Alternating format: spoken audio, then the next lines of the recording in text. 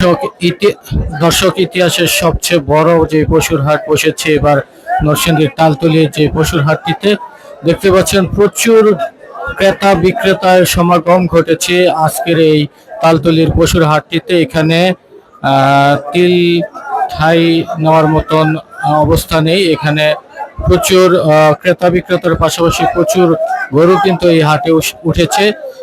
এখন চিত্রটি দেখাচ্ছি শুধুমাত্র একটি অংশের, আসলে পুরো হাটটি ঘোরার মতো এমন অবস্থা হয়নি। একদিকে বৃষ্টি কাদা, অন্যদিকে আসলে মানুষের লক্ষ লক্ষ মানুষের সমাগম ঘটেছে এই তালতলির পশুর হাটটিতে এই কুরবানি ঈদকে ঘিরে।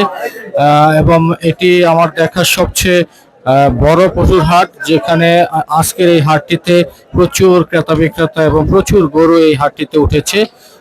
এই হাটের যে মাঠ, সেই মাঠ শেষ করে এখন কিন্তু বাজারের যে অলিগলি, সেই অলিগলিতেও প্রচুর কিন্তু গরু এবং এখানে ক্রেতা বিক্রেতাদের একটি সমাগম ঘটেছে।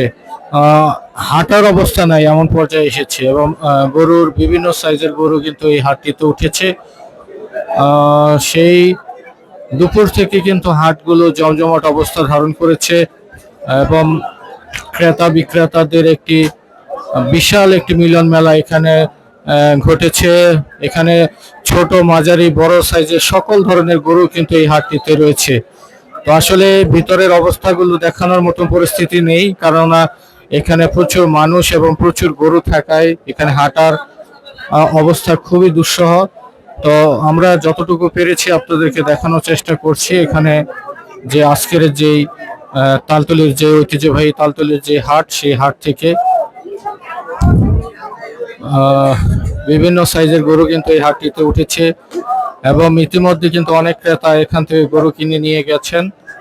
তো এখানে বলা যায় যে মোটামুটি গরুর দাম অন্যান্য হাট থেকে তুলনায় কিছুটা বেশি মনে হচ্ছে। তবে যারা মূলামূলি করে গরু কিনতে পারছেন তারা হয়তো কিছুটা সাশ্রয় মূল্যে এখান থেকে গরু কিনতে পারছেন। প্রচুর গরু সরবরাহ থাকলেও কিন্তু দামের দিক দিয়ে কিন্তু একটু বলা যায় যে একটু বেশি মনে হচ্ছে এই হাটটিতে। তো বৃষ্টির মধ্যে কিন্তু হাটের মধ্যে একটি বড় সমস্যা হচ্ছে, এখানে প্যাক কাদার ভরা। তো হাটে আমরা এসে যেমনটা দেখেছি যে বিভিন্ন সাইজের, মাঝারি সাইজের, বড় সাইজের গরুগুলো, অনেক গরু উঠেছে এই হাটটিতে। তো আপনারা যারা এই তালতলির এই ঐতিহ্যবাহী পশুর হাট থেকে গরু কিনবেন তারা এখান থেকে গরু কিনতে পারেন। আজকে এটি শেষ হাট হলেও ঈদের আগে হয়তো ঈদের আগের দিন হয়তো এখানে আরেকটি হাট বসবে, তবে সেটি হয়তো হাট কর্তৃপক্ষ বলতে পারবে। তবে আমাদের ধারণা, আমরা যেমনটা জানি যে প্রতি বছরই ঈদের আগের দিনও একটি হাট তারা বসায় এই তালতলির কুরবানি হাটটিতে। তো ধন্যবাদ আমাদের সাথে থাকার জন্য।